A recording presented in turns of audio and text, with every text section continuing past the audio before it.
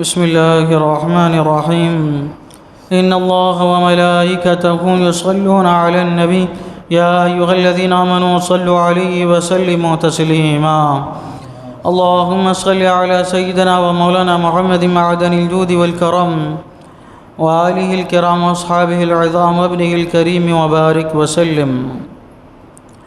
أعوذ بالله من الشيطان الرجيم. بسم الله الرحمن الرحيم. وَاضْرِبْ لَهُمْ مَثَلَ الْحَيَاةِ الدُّنْيَا كَمَاءٍ أَنزَلْنَاهُ مِنَ السَّمَاءِ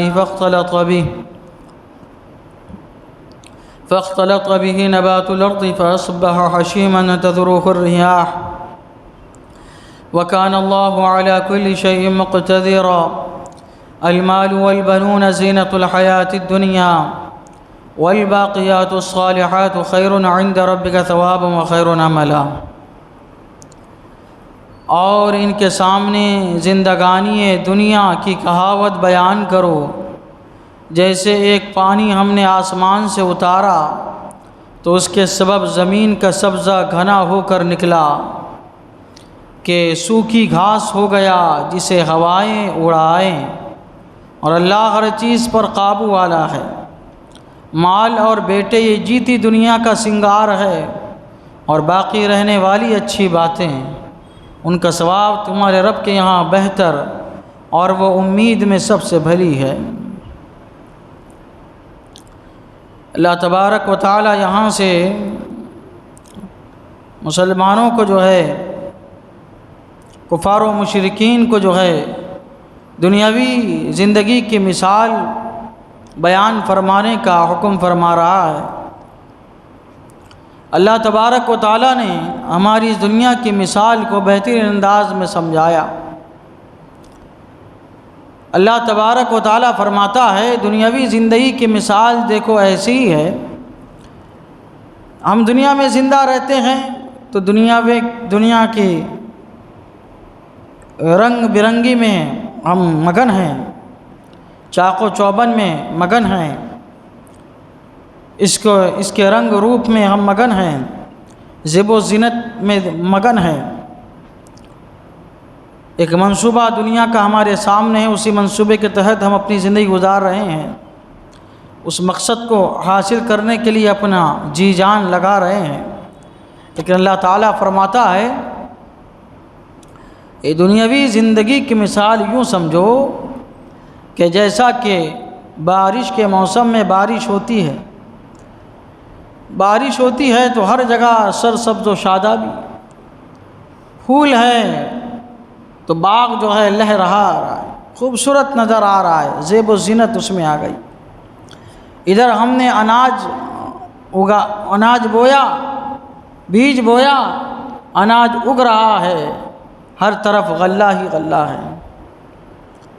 جدھر نظر ڈالیے آپ پھل ہے تو وہ اگ آئے ہیں، جو ہے پھل کے درخت پھل دے رہے ہیں، اناج کے درخت اناج دے رہے ہیں، پھول کے جو درخت ہے وہ پھول دے رہے ہیں، ہر طرف سر سبز و شادابی ہے. ہم دیکھ کے بڑے خوش ہو رہے ہیں کہ کیا سر سبز و شادابی ہے، کیا فراوانی ہے اناج کی، کیا فراوانی ہے پھلوں کی، کیا فراوانی ہے پھولوں کی. لیکن ایک وقت ایسا آتا ہے کہ بارش ختم ہو جاتی ہے، پھر دھوپ نکلتی ہے. دھوپ کا جب موسم آتا ہے یہ سر سبز و شادابی یہ لالی میں بدل جاتی ہے. یہ جس کو ہم دیکھ کے خوش ہو رہے تھے کہ کیا خوبصورت ہے، کیا اچھا ہے، یہ سب کیا ہے ہوا میں اڑ جاتی ہے. یہ چیزیں زمین جو ہے وہ بنجر ہو جاتی ہے، کچھ نظر نہیں آتا. تو یہی مثال ہے دنیا کی زندگی کی. یہ دنیا کی زندگی کیا ہے، ایک نہ ایک دن جو ہے ختم ہونے والی ہے. یہ رنگ و روپ میں جو ہم ملوث ہے، اس میں مگن ہے، یہ کیا ہے ختم ہونے والی ہے. اور اصل جو زندگی ہماری وہ مرنے کے بعد شروع ہونے والی ہے. اور جو ہم نے اچھے کام کیے ہیں وہی اچھے کام ہم کو مرنے کے بعد جو ہے وہ کام آنے والے ہیں.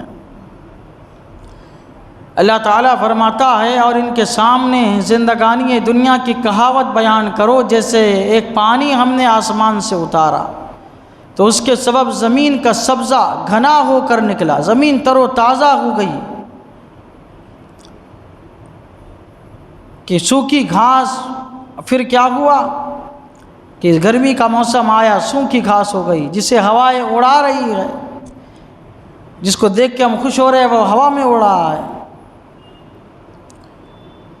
تو اللہ تعالیٰ فرماتا ہے اللہ ہر چیز پر قابو پانے والا ہے، یعنی پیدا کرنے پر بھی اور فنا کرنے پر بھی اللہ تبارک و تعالیٰ جو ہے وہ قادر ہے۔ اللہ تعالیٰ فرماتا ہے المال والبنون زینت الحیات الدنیا، مال اور بیٹے یہ جیتی دنیا کا سنگار ہے، یہ زینت ہے۔ مال اور اولاد یہ جو ہے راہ قبر و آخرت کے لیے توشہ نہیں ہے، مال اور اولاد۔ حضرت علی رضی اللہ تعالیٰ عنہ نے فرمایا کہ مال و اولاد دنیا کی کھیتی ہے اور اعمال صالحہ آخرت کی کھیتی۔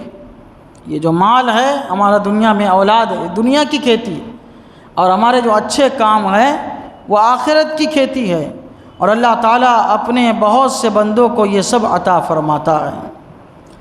اللہ تعالیٰ فرماتا ہے یہ بیٹے جن پر تم ناز کر رہے ہو، یہ مال جن پر تم ناز کر رہے ہو، یہ صرف دنیا کی حد تک ہے، دنیا کی زندگی ہے، زینت ہے یہ۔ اب یہ سب ختم ہو جانے والا مرنے کے ساتھ، تو مرنے کے بعد کیا باقی رہنے والی؟ اللہ تعالیٰ فرماتا ہے باقیات الصالحات، اور باقی رہنے والی اچھی باتیں ہیں، ان کا ثواب تمہارے رب کے یہاں بہتر ہے، اجر جو ہے اس کا اللہ تعالیٰ کے یہاں بہتر ملنے والا ہے نیک اعمال کا۔ ہم ہر ایک سے امید لگاتے ہیں، لیکن سب سے بہتر امید کیا ہے؟ اچھے کام پر آخرت میں کامیابی کی امید، یہ سب سے اچھی امید ہے۔ اللہ تعالیٰ نے فرمایا باقیات الصالحات، باقی رہنے والے اچھی باتیں ہیں۔ باقیات صالحات سے مراد کیا ہے؟ مفسرین نے فرمایا باقیات صالحات سے مراد جو ہے وہ 5 وقت کی نماز ہے، یا کوئی بھی نیک عمل جو ہے یہ باقیات صالحات میں سے ہے، اور نماز، روزہ، حج، زکوٰۃ وغیرہ۔ اور ایک تفسیر یہ ہے کہ سبحان اللہ والحمد للہ ولا الہ الا اللہ واللہ اکبر، تیسرا جو کلمہ ہے یہ باقیات صالحات میں سے ہے، اس کی بڑی فضیلت ہے تیسرے کلمے۔ ایک مرتبہ حضور صلی اللہ تعالیٰ علیہ وسلم تشریف لائے صحابہ کرام کے درمیان، فرمایا کہ تلوار سنبھالو، ہتھیار سنبھالو۔ صحابہ کرام نے عرض کیا یا رسول اللہ کیا دشمن کے خلاف جنگ کے لیے جانا ہے کہ آپ فرما رہے ہیں کہ تلوار سنبھالو؟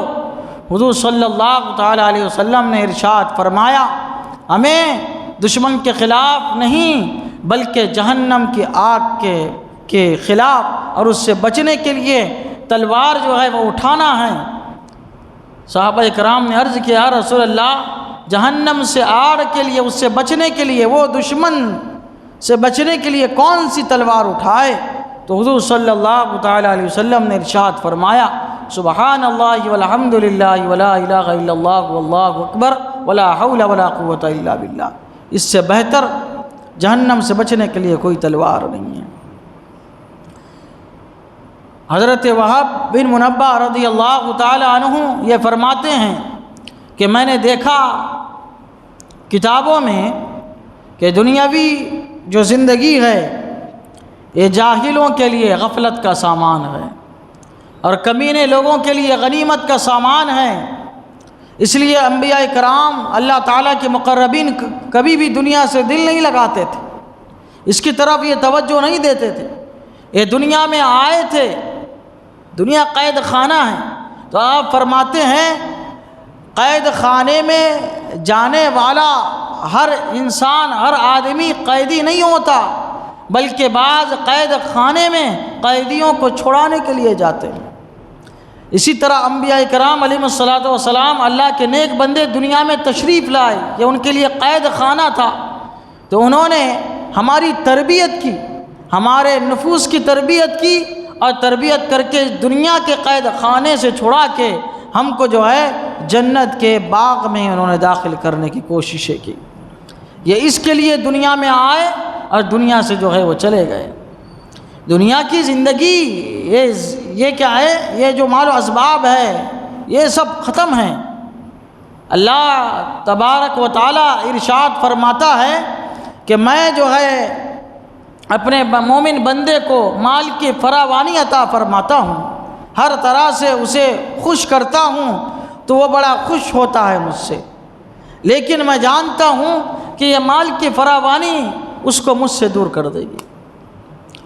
مال جب آئے گا اس کے پاس یہ شخص مجھ سے دور ہو جائے گا۔ اور میں بعض اپنے بندوں کو مال کی قلت دیتا ہوں، مال ان کے پاس کم ہوتا ہے تو مغموم ہوتے ہیں، پریشان ہوتے ہیں، لیکن میں جانتا ہوں کہ یہ قلت ان کو مجھ سے قریب رکھنے والی ہے، اس لیے میں ان کو مال میں فراوانی نہیں دیتا۔ مال میں فراوانی دوں گا مجھ سے دور ہو جائیں گے، اور مال میں جب تک قلت رہے گی مجھ سے قریب رہیں گے۔ اس لیے اللہ تبارک و تعالیٰ کی رضا پہ ہمیشہ راضی رہنا چاہیے۔ اللہ تعالیٰ ہمارے حق میں جو فیصلہ فرماتا ہے وہ بہتر فیصلہ فرماتا ہے۔ اللہ تعالیٰ کی بارگاہ میں دعا ہے قرآن شریف سیکھنے سمجھنے، جس کے مطابق ہم کو اپنی زندگی گزارنے کی توفیق عطا فرمائے۔ اشہد ان لا الہ الا اللہ واشہد ان محمدا عبدہ ورسولہ، وصلی اللہ تعالیٰ علی سیدنا محمد وعلی آلہ وصحبہ اجمعین برحمتک یا ارحم۔